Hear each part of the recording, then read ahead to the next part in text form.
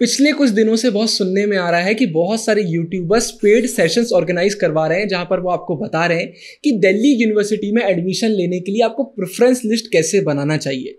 तो मैंने सोचा इस पर एक वीडियो मैं भी बना देता हूं, लेकिन एकदम free of cost. Paid sessions लेना आपकी मर्जी है, लेकिन हो सकता है इस वीडियो को देखने के बाद आपको ज़रूरत ही ना पड़े, और अगर पड़े भी तो आप एक सही फैसला लें। तो सीधा इस वीडियो को करते हैं चालू। वीडियो को 3 पार्ट्स में मैंने डिवाइड करा है। सबसे पहले मैं आपको बताऊंगा कि प्रेफरेंस लिस्ट का मतलब क्या होता है, बहुत सारे बच्चे अभी भी कंफ्यूज्ड हैं। फिर मैं आपको बताऊंगा कि सही से लिस्ट कैसे बनाते हैं, बहुत इंपॉर्टेंट टिप्स मैं शेयर करूंगा।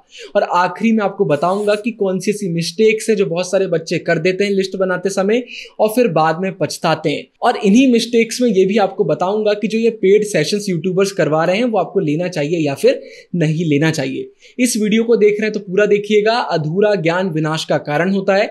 आधी वीडियो देखकर आप चले जाएंगे फिर कुछ का कुछ करेंगे तो मैं जिम्मेदार नहीं होऊंगा। प्रेफरेंस लिस्ट का सिंपल भाषा में मतलब होता है कि आप यूनिवर्सिटी को बताते हैं कि किस कॉलेज के किस कोर्स में आपका सबसे ज्यादा इंटरेस्ट है। मतलब आपने पहले नंबर पे कुछ सिलेक्ट करा तो आप यूनिवर्सिटी को बता रहे हैं कि मुझे ये चाहिए।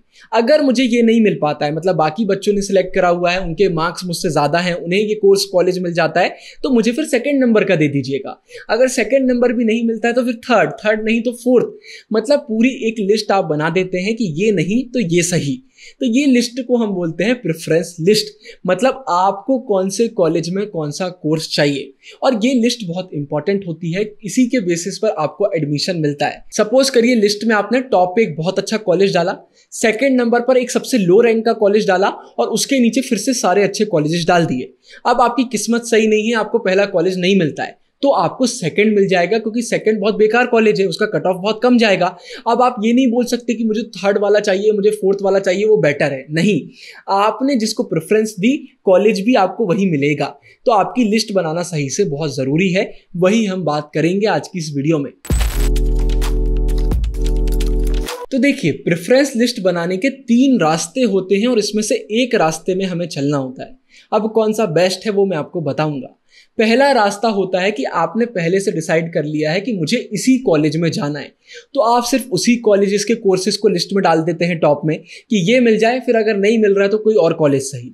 दूसरा तरीका होता है कि आपने कोई कोर्स डिसाइड कर लिया है कि जैसे मुझे तो बीए पॉलिटिकल साइंस ऑनर्स में ही करना है, तो सिर्फ आप टॉप में पॉलिटिकल साइंस ऑनर्स वाले कोर्सेज डाल देते हैं हर एक कॉलेज के और आगे बढ़ते हैं। तीसरा तरीका होता है जहां पर आप मिक्स्ड अप्रोच अपनाते हैं। मतलब आप बहुत सारे कोर्सेज सिलेक्ट करते हैं, बहुत सारे कॉलेजेस देखते हैं और उसके बाद एक लिस्ट बनाते हैं। तो इन 3 रास्तों में से किसी एक रास्ते में हमें चलना पड़ता है। अगर आप मेरी माने तो तीसरा रास्ता सबसे सही है। मतलब हमें स्मार्ट वर्क करना चाहिए, एक मिक्स्ड अप्रोच अपनाना चाहिए। बहुत सारे बच्चे गलती क्या करते हैं, उन्होंने बोला कि मुझे सिर्फ इसी कॉलेज में जाना है, वो लिस्ट में सबसे ऊपर उस कॉलेज के सारे कोर्सेज लिख देते हैं जिसके लिए वो एलिजिबल है। अब दिक्कत क्या होती है, आपको कई बार बहुत घटिया कोर्सेज मिल जाते हैं। अब सोचिए, अगर आपको उर्दू लैंग्वेज मिल गई, या फिर फिलॉसफी में आपका इंटरेस्ट नहीं है वो आपको मिल गया, हो सकता है हिंदी मिल जाए, हिंदी में आपका कोई इंटरेस्ट नहीं है, या फिर कोई ऐसा सब्जेक्ट मिल जाए जो आपसे बिल्कुल नहीं बनता या आपको बहुत डिफिकल्ट लगता है, बिल्कुल पढ़ने का मन नहीं है, तो यहां पर फिर गड़बड़ हो जाती है। तो ये रास्ता सही नहीं है। दूसरी तरफ अगर आप बोल देते हैं कि मुझे यही सब्जेक्ट चाहिए, मतलब यही कोर्स चाहिए, मुझे तो पॉलिटिकल साइंस में ही ऑनर्स करना है। अब आपने लिस्ट में टॉप कॉलेजेस डाले, फिर एवरेज डाले और आखिरी में आपने ऑफ कैंपस के कॉलेज डाल दिए। अब आपका स्कोर कम है, आपको ऊपर के कॉलेज नहीं मिले, आपको ऑफ कैंपस मिल जाएगा। ये भी एक बहुत बड़ी गड़बड़ी होती है। लेकिन इसके बदले अगर ऊपर आपने दूसरे कोर्सेज भी डाले होते तो चांसेस थी कि वो आपको मिल जाते, आपको एक बहुत अच्छा कॉलेज मिल जाता। लेकिन आप सब्जेक्ट के कोर्स के पीछे भाग गए और गड़बड़ी हो गई। तो एक मिक्स्ड अप्रोच हम अपनाएंगे और वही मैं आपको बताने वाला हूं कि कैसे हम एक सही से लिस्ट बनाएंगे। तो सबसे पहले 2 चीजों पर आपको ध्यान देना है। नंबर 1, आपको यह सोचकर लिस्ट बनाना है कि आप एकदम टॉपर है। मतलब एकदम टॉपर वाली लिस्ट हम बनाएंगे। ये नहीं करेंगे कि मेरे सीयूटी में मार्क्स कम आ रहे हैं तो टॉप कॉलेज में डालती ही नहीं हूं या फिर डालता ही नहीं हूं, ये गलती नहीं करेंगे। और फिर दूसरे नंबर पर याद रखिए, हम कॉलेजेस सिलेक्ट करेंगे कि किस कॉलेज में हमें जाना है और हम कोर्सेज सिलेक्ट करेंगे। आपको मैं एग्जाम्पल से समझाता हूं। आप देखिए नॉर्थ कैंपस के कॉलेजेस सबसे ज़्यादा अच्छे रहते हैं, कुछ साउथ कैंपस के भी अच्छे रहते हैं। तो आप खुद अपनी रिसर्च करके कॉलेजेस सिलेक्ट करेंगे। मैं आपको नहीं बता रहा हूं आप कौन से कॉलेजेस सिलेक्ट करेंगे, और इसका रीज़न मैं आखिरी में दूंगा, और वो बहुत इंपॉर्टेंट है, आपका थोड़ा सा दिमाग उससे खुलेगा। तो सबसे पहले आपको क्या करना है, 4, 5, 6 कॉलेजेस सिलेक्ट करना है जो आपको सबसे बेस्ट लगते हैं। उसके बाद आपको कोर्सेज सिलेक्ट करना है, फिर से 4-5 जो आपको सबसे सही लगते हैं। आपके ऊपर है, अब ऐसा नहीं है कि मैं 4-5 बोल रहा हूं तो 4-5 ही आप सिलेक्ट करोगे। आपको देखना है आपको कौन से कोर्सेज अच्छे लगते हैं। जैसे एग्जाम्पल के लिए आपने बोला आपको करना है पॉलिटिकल साइंस में ऑनर्स, लेकिन बाय चांस नहीं मिल पाता है तो आप इकोनॉमिक्स भी कर सकते हैं, इकोनॉमिक्स नहीं मिलता है तो आप हिस्ट्री भी कर सकते हैं, फिर सोशियोलॉजी भी कर सकते हैं। ऐसा आपने अपने हिसाब से सिलेक्ट कर लिया। तो आप 2 लिस्ट बनाएंगे। एक लिस्ट में आप कॉलेजेस को सीक्वेंस में लिखेंगे, सबसे बेस्ट, फिर उससे नीचे, फिर उससे नीचे। दूसरी लिस्ट में आप कोर्सेस लिखेंगे कि सबसे बेस्ट कोर्स, फिर उससे नीचे, फिर उससे नीचे आपके लिए क्या है। ये 2 लिस्ट आप बना लेंगे। इसके बाद हमारी फाइनल प्रेफरेंस लिस्ट बनेगी। अब वो कैसे बनाते हैं वो मैं आपको बताता हूं। सबसे पहले लिस्ट में हम लिखेंगे टॉप कॉलेज, टॉप कोर्सेस। मतलब अगर आपको पॉलिटिकल साइंस में ऑनर्स करना है तो टॉप के 4-5 जो कॉलेजेस आपने सिलेक्ट करे थे जहां पर पॉलिटिकल साइंस अवेलेबल है, उन्हें आप लिस्ट में डाल देंगे कि मुझे इस कॉलेज में जाना है, फिर इसमें जाना है, फिर इसमें, फिर इसमें, फिर इसमें। अब पॉलिटिकल साइंस के बाद जो दूसरा ऑप्शन आपने रखा था, एग्जांपल के लिए आपने इकोनॉमिक्स रखा हुआ था, तो अब इकोनॉमिक्स के जो टॉप कॉलेजेस हैं वो लिस्ट में आप डाल देंगे।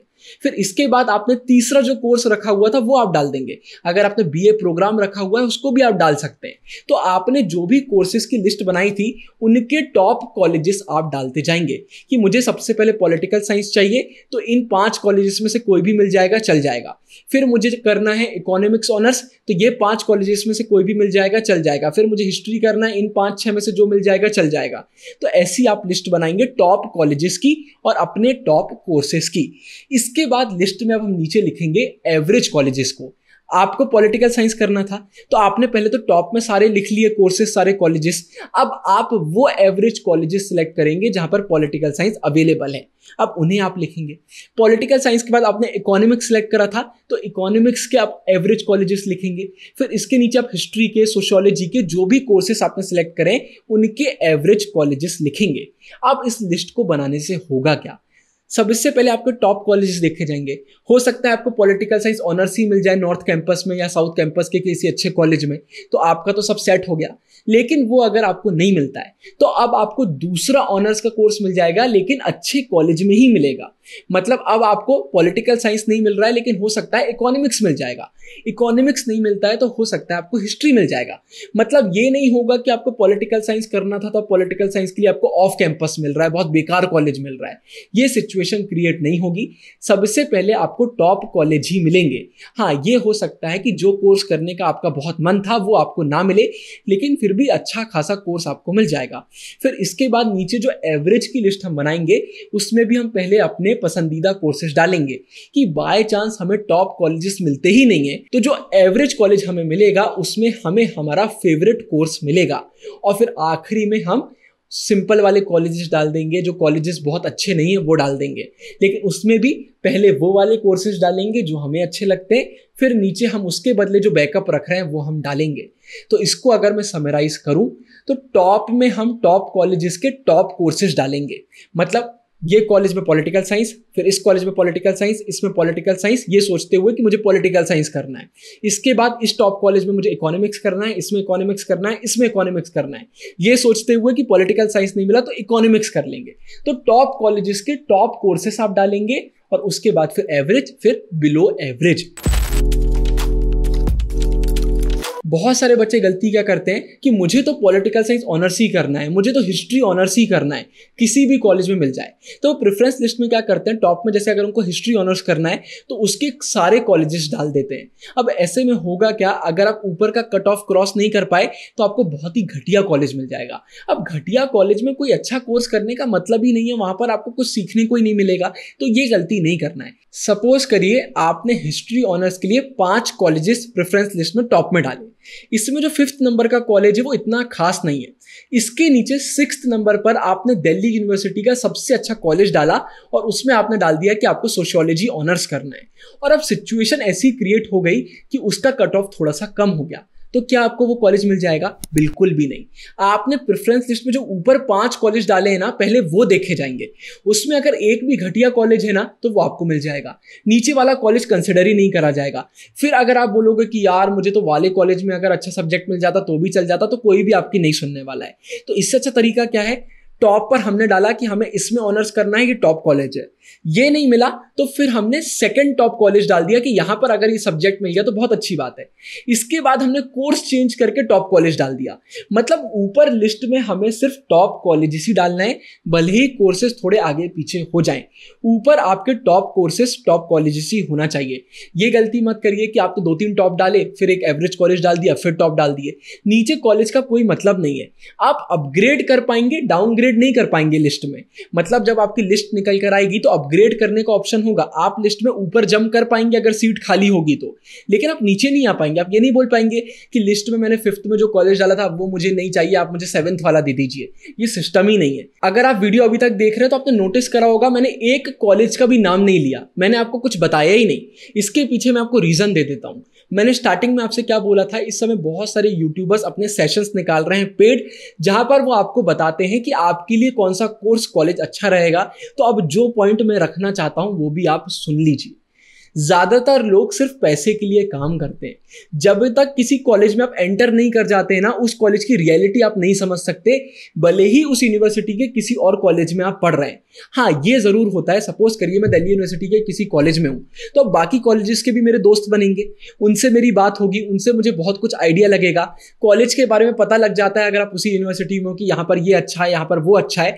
लेकिन इसके बाद भी जब तक उस कॉलेज में जाकर आप पढ़ाई नहीं करते या फिर किसी कॉलेज के बच्चे से आप बात नहीं करते, आप रियलिटी नहीं जान सकते। ज्यादातर यूट्यूबर क्या करते हैं, सिर्फ पैसा कमाने के लिए कुछ भी बोल देते हैं। वो 2-3 बातें आपको बताते हैं और आपको लगने लग जाता है कि इनके पास बहुत नॉलेज है। जैसे वो आपको बोल देंगे, आपको मालूम है इस कॉलेज में ये कोर्स बहुत बेकार है, जबकि ये नीचे वाला कॉलेज है, लेकिन इस कॉलेज का ये कोर्स बहुत अच्छा है। क्या उन्होंने टीचर से पढ़ाई करी? क्या उन्होंने उस कोर्स के लिए इनरोल करा? वो कैसे बोल रहे हैं उस कॉलेज का वो कोर्स अच्छा है? क्या उनके दोस्त ने बोल दिया और उन्हें मान लिया? ये कुछ क्वेश्चंस हैं जो आपको उनसे पूछना चाहिए। मैं ये बिल्कुल भी नहीं बोल रहा हूं कि जो वो बोलते हैं वो झूठ बोलते हैं, ऐसा नहीं है। हर कोई अपनी रिसर्च करता है, लेकिन फिर भी ब्लाइंड ट्रस्ट करने की जरूरत नहीं है। मतलब किसी ने अगर आपको कुछ बोल दिया, वो पत्थर की लकीर नहीं हो जाता कि वही सच है। आप अपनी रिसर्च करिए। तो फिर एक सवाल आता है कि हम सही से रिसर्च कैसे कर सकते हैं। तो आपको अलग अलग लोगों से ओपिनियन लेने की जरूरत है, और साथ में इस समय जो बच्चे वहां पर पढ़ रहे हैं वो आपको सही रियलिटी दिखाएंगे। मतलब अगर आपको साइकोलॉजी ऑनर्स इस कॉलेज से करना है, तो उस कॉलेज में जो भी साइकोलॉजी ऑनर्स कर रहा है, आप उससे बात करो कि इस समय जो टीचर्स हैं वो कैसा पढ़ा रहे हैं, कॉलेज में क्या एक्सपोजर मिलता भी है, नहीं मिलता है, अपॉर्चुनिटीज मिलती है, नहीं मिलती है, सब कुछ उनसे पूछो। वो आपको पॉजिटिव नेगेटिव साइड दोनों बताएंगे। लिंक्डइन पर आपको दिल्ली यूनिवर्सिटी के बहुत सारे बच्चे देखने को मिल जाएंगे जो इस समय पढ़ाई कर रहे हैं, उन्हें आप मैसेज कर सकते हो। लिंक्डइन पर अपनी प्रोफाइल क्रिएट कर लो, उनसे कनेक्ट करो और उनसे बात करो। और उसमें भी किसी एक से बात करने की जरूरत नहीं है। कुछ लोगों का नेचर होता है वो थोड़े क्रिटिकल नहीं होते, वो आपको सिर्फ पॉजिटिव चीजें बताएंगे। कम से कम 4-5 बच्चों से बात करो, तब आपको एक सही इमेज मालूम चलेगी कॉलेज के बारे में। फिर प्रोस कॉन्स दोनों देखो और उसके बाद अपना डिसीजन लो। हड़बड़ाने की जरूरत नहीं है। और खास तौर पर अगर कोई पेड चीजें लेकर आया है तो उन पर तो एक बार पे भरोसा करना ही नहीं चाहिए, क्योंकि इंसान के दिमाग में जब पैसा घूमने लगता है ना, तो उसे अपनी चीजें सारी सही लगने लगती हैं। तो मैं ये नहीं बोल रहा हूं आप पेड उसमें मत जाओ, लेकिन अपनी रिसर्च करके जाओ। फिर इसके बाद अपनी सिचुएशन को भी थोड़ा सा एनालाइज करो। जैसे कुछ बच्चे होते हैं जो यूपीएससी का प्रिपरेशन कर रहे होते हैं, उनने पहले से ही सोच लिया कि वो सोशियोलॉजी को एज अ ऑप्शनल रखेंगे, तो अगर वो सोशियोलॉजी में ऑनर्स करते हैं या प्रोग्राम में सोशियोलॉजी लेते हैं तो उन्हें फायदा रहता है। तो ऐसे बच्चे फिर किसी और कॉलेज में भी चले जाते हैं जो शायद इतना अच्छा नहीं है, तो भी वो प्रॉफिट उसमें रहते हैं, क्योंकि भाई सोशियोलॉजी वो पढ़ रहे हैं, उन्हें फायदा है। लेकिन हर बच्चे की सिचुएशन नहीं होती। अब आपने बोला आपको तो सोशियोलॉजी ही करना है, वही करना है, और उस चक्कर में आप बेकार कॉलेज में चले गए, वहां कोई सेंस नहीं निकलेगा। बहुत सारे बच्चे मेरी पहचान में हैं जिन्होंने दिल्ली यूनिवर्सिटी के बेकार कॉलेजेस में एडमिशन ले लिया और अब पछता रहे हैं। घर वालों का पैसा जा रहा है, हॉस्टल में रह रहे हैं उसका पैसा जा रहा है, कॉलेज में कुछ सीखने को नहीं मिल रहा है। नॉर्थ कैंपस के बच्चे पूरी अपॉर्चुनिटीज ग्रैब कर रहे हैं, ये सिर्फ उन्हें देख रहे हैं। तो ये गलती मत करो। कॉलेज की भी एक वैल्यू होती है, कोर्स की अपनी वैल्यू है, कॉलेज की अपनी वैल्यू है। दोनों चीजें देखकर अपना डिसीजन लेना चाहिए। तो आई होप आपको क्लियर हो गया होगा इस वीडियो के बाद कि प्रेफरेंस लिस्ट हम कैसे बनाते हैं। और अगर आप बीए करने वाले हैं तो ऊपर वाली वीडियो जरूर से देख लीजिएगा। मैंने बताया है कि बीए के बाद बहुत सारे बच्चे क्यों पछताते हैं, तो वो गलती मत करिएगा। आई होप इस वीडियो के बाद सारे आपके डाउट्स क्लियर हो गए होंगे। साइनिंग ऑफ, गुरु टेंगुरिया, बाय बाय।